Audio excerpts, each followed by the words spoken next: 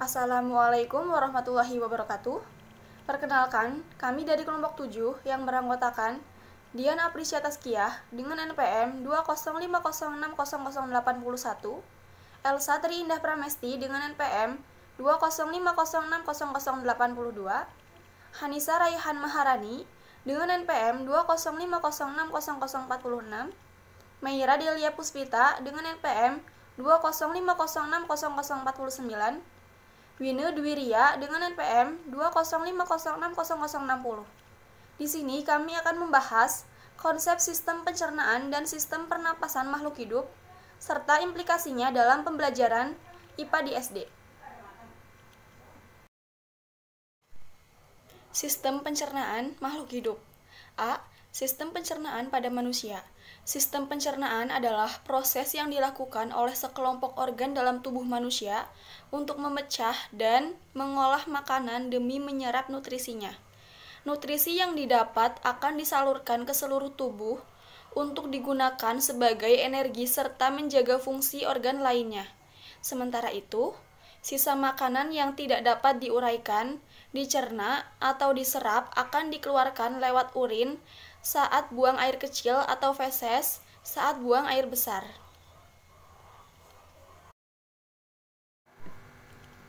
Organ yang terdapat dalam sistem pencernaan manusia dan fungsinya. Yang pertama, mulut. Mulut merupakan pintu gerbang saluran pencernaan manusia. Yang kedua, tenggorokan.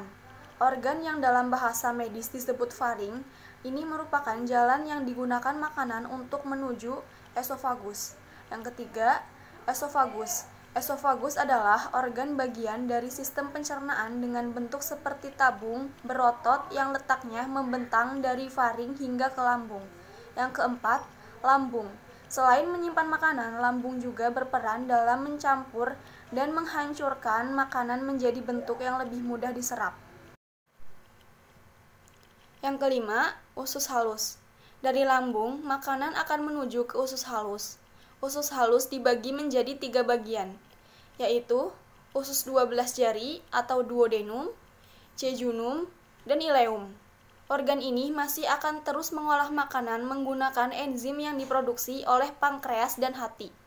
Duodenum bertugas untuk terus memecah makanan dan mengolahnya. Sementara itu, jejunum dan ileum berperan agar nutrisi yang ada pada makanan bisa diserap oleh tubuh. Yang keenam, usus besar. Di sini, makanan yang masuk adalah sisa-sisa dari pencernaan dan akan dipindahkan menuju ke rektum, lalu anus. Yang ketujuh, rektum. Rektum merupakan sebuah ruangan yang menghubungkan usus besar dan anus.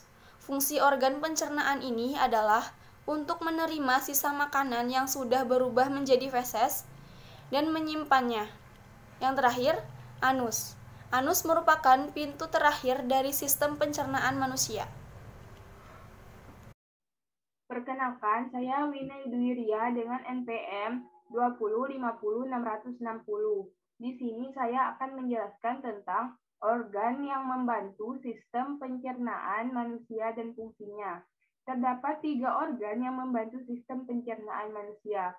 Organ ini terletak di rongga perut, di antaranya yaitu hati, pankreas, dan empedu. Organ yang pertama yaitu hati. Hati memiliki peranan yang sangat penting bagi sistem pencernaan. Organ yang satu ini memproduksi suatu zat yang bernama empedu, yang berguna untuk mencerna lemak dan menyingkirkan kelebihannya. Nutrisi yang terdapat di dalam makanan juga akan disaring oleh hati. Selain itu, hati juga akan menyaring racun dan zat-zat kimia lain yang berbahaya bagi tubuh. Organ yang kedua yaitu pankreas. Pankreas memproduksi enzim yang kemudian akan dilepaskan di usus 12 jari untuk membantu pencernaan lemak, protein, karbohidrat secara kimiawi. Organ yang ketiga yaitu empedu. Cairan empedu disimpan dan dikeluarkan dari kantung empedu. Saat makanan yang berlemak masuk ke dalam usus 12 jari, kantung empedu akan berkontraksi dan mengeluarkan cairan empedu. Selanjutnya, saya akan menjelaskan tentang fungsi sistem pencernaan. Melansir dari laman Kepalen Klinik, sistem pencernaan tentu saja memiliki peran dan fungsi untuk mengubah makanan menjadi nutrisi yang dibutuhkan oleh tubuh.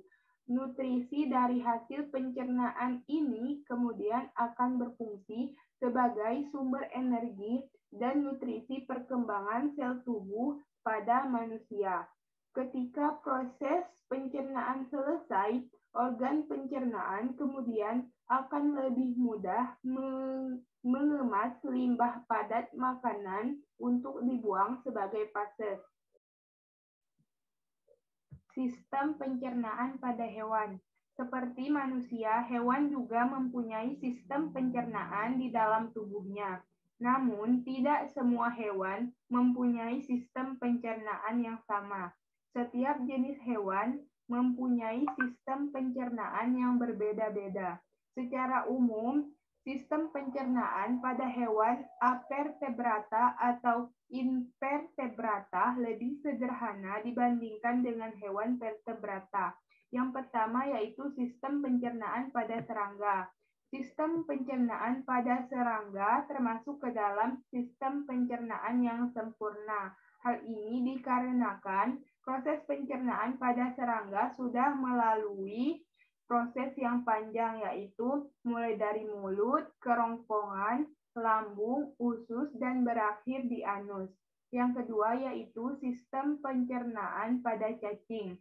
Sistem pencernaan pada cacing dilakukan dalam sebuah tabung kecil, mulai dari mulut, kerongkongan, kemudian tembolok, lambung, usus halus, dan berakhir di anus. Namun, pada cacing pita, pencernaannya tidak seperti pada cacing tanah. Pada cacing pita hanya menyerap sarih makanan dengan kulitnya. Hal ini dikarenakan cacing pita tidak mempunyai mulut dan anus. Yang ketiga yaitu sistem pencernaan ikan. Ikan memulai proses pencernaannya mulai dari mulut, lalu makanan dikunyah terlebih dahulu. Kemudian dilanjutkan ke kerongkongan, lambung, usus, dan berakhir di anus. Lambung ikan mempunyai dua fungsi, yaitu sebagai tempat penampungan makanan dan sebagai tempat pencernaan makanan. Usus ikan herbivora, karnivora, dan omnivora berbeda-beda bentuknya. Ikan jenis herbivora mempunyai usus yang panjang dan menggulung, sedangkan ikan omnivora memiliki usus yang hampir sama dengan herbivora, hanya sedikit lebih pendek. Dan pada ikan karnivora ususnya pendek dan tidak menggulung. Yang keempat yaitu sistem pencernaan hewan memamah biak. Hewan yang memamah biak mempunyai pencernaan yang unik. Sistem pencernaannya di mulut, namun hewan ini mengunyah atau memamah makanannya melalui dua tahap, yaitu dimulai saat makanan masuk ke mulutnya. Ia akan mengunyah makanannya sebentar saja, lalu makanan itu akan disimpan di dalam rumen. Tahap kedua akan mulai berlangsung kalau rumen sudah penuh. Makanan akan dikeluarkan kembali, kemudian dikunyah ulang sampai benar-benar halus. Sesudah itu, makanan akan masuk ke dalam lambung. Secara singkat, prosesnya seperti ini. Makanan masuk lewat mulut, masuk ke kerongkongan, lalu masuk ke lambung. Lambungnya terdapat 4 macam, yaitu rumen atau perut besar, tempat untuk menyimpan makanan yang masih kasar. Sementara yang kedua yaitu retikulum atau perut jala. Di sini makanan dicampur menjadi gumpalan yang kasar, yang kemudian akan dikunyah ulang di dalam mulut. Yang ketiga yaitu omasum atau perut buku. Di bagian ini, makanan akan dihaluskan dengan bantuan enzim. Yang keempat yaitu abomasum atau perut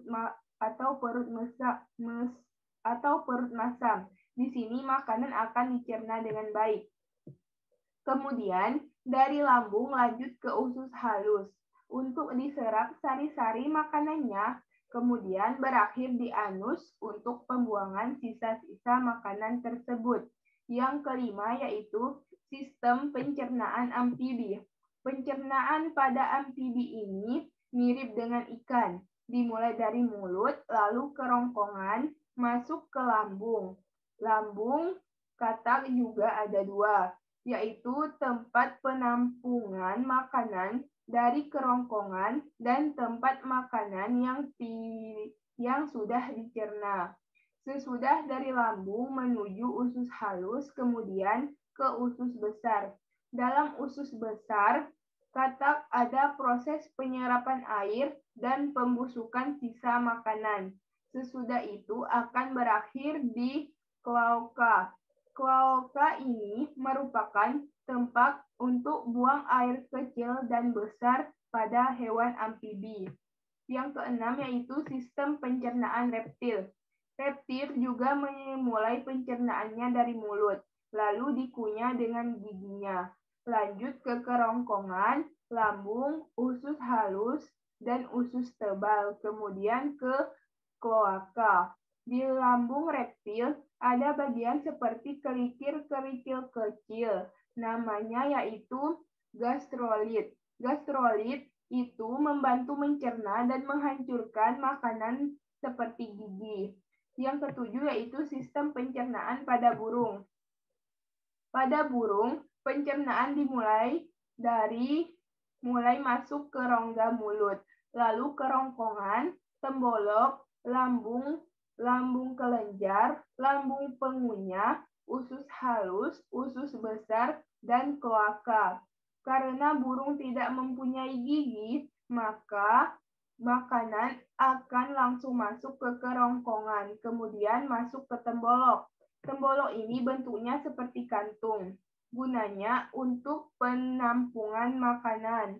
Lalu makanan yang sudah masuk ke tembolok tadi dilanjutkan masuk ke dalam lambung.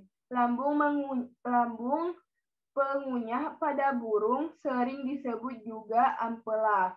Pada lambung pengunyah atau ampela terdapat semacam batu-batu kecil atau pasir yang membantu menghancurkan makanan.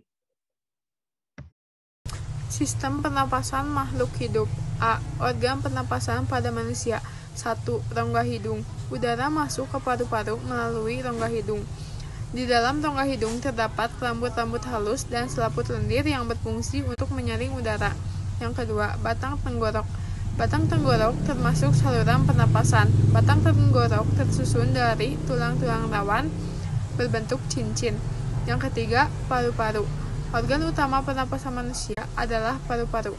Paru-paru manusia berjumlah 2. Paru-paru manusia berwarna kemerah-merahan. Paru-paru manusia di atas sekat rongga dada atau diafragma. B. Organ pernapasan pada hewan. Yang pertama, organ pernapasan pada hewan menyusui atau mamalia. Organ pernapasan pada mamalia sama dengan organ pernapasan pada manusia. Alat pernapasan mamalia terdiri atas rongga hidung, batang tenggorok, dan paru-paru. Yang kedua, organ pernapasan pada burung atau apes. Organ pernapasan burung meliputi hidung, batang tenggorok, dan paru-paru. Burung juga mempunyai alat bantu pernapasan berupa pundi-pundi udara.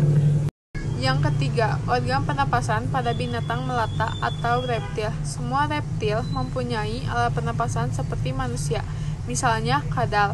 Organ pernapasan pada reptil meliputi rongga hidung, batang tenggorok, dan paru-paru. Proses pernapasan reptil sama dengan proses pernapasan manusia.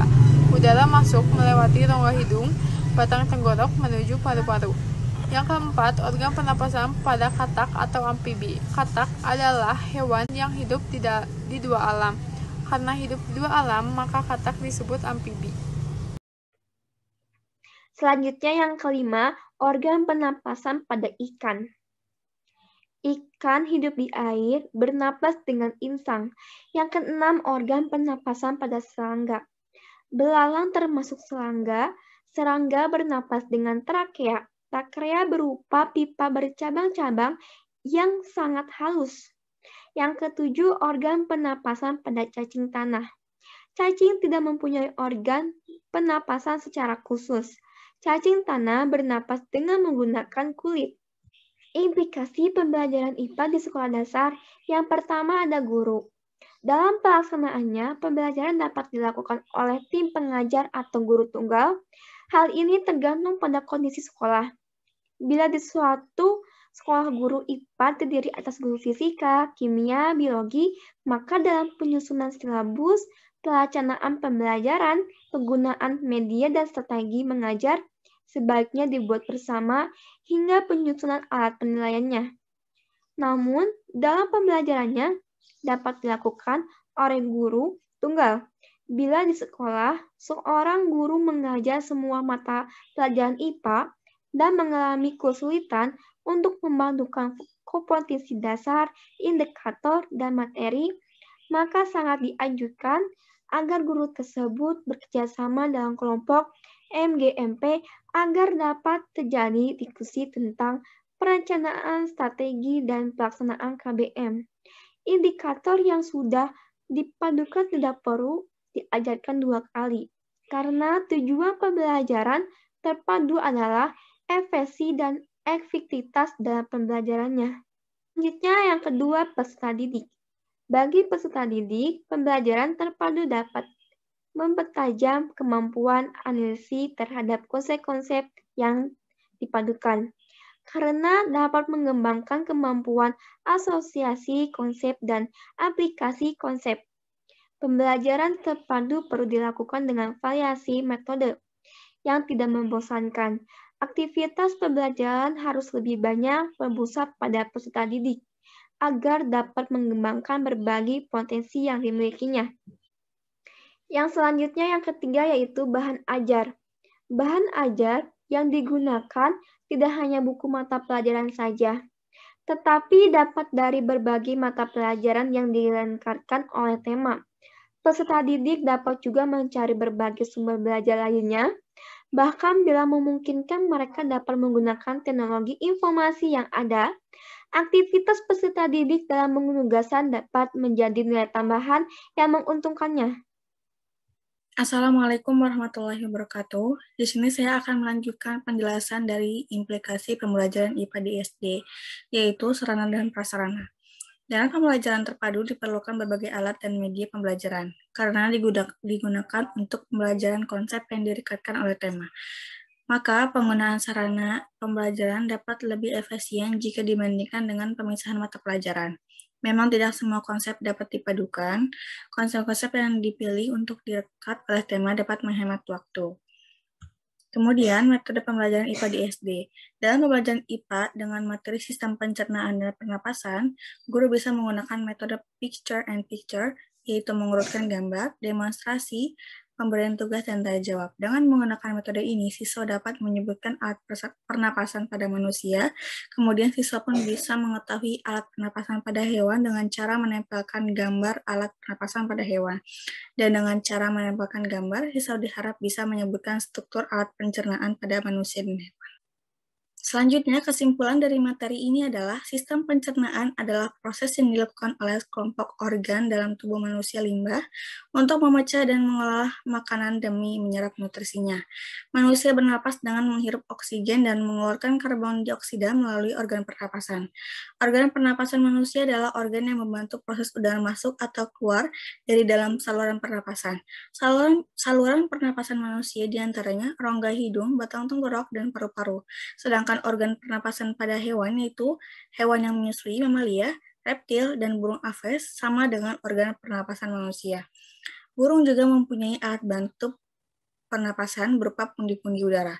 Kemudian, organ pernapasan pada ikan, Pisces, yaitu menggunakan insang, organ pernapasan pada serangga, yaitu bernapas dengan trachea, dan organ pernapasan pada cacing, yaitu bernapas dengan kulit. Dalam pembelajaran IPA dengan materi sistem pencernaan dan pernapasan, guru bisa menggunakan metode picture and picture, mengurutkan gambar, demonstrasi, pemberian tugas, dan tanya jawab.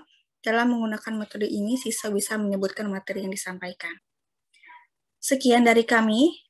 Mohon maaf apabila ada kesalahan kata dalam memaparkan materi. Apabila ada yang ditanyakan, kami persilahkan bertanya langsung atau di forum diskusi. Terima kasih.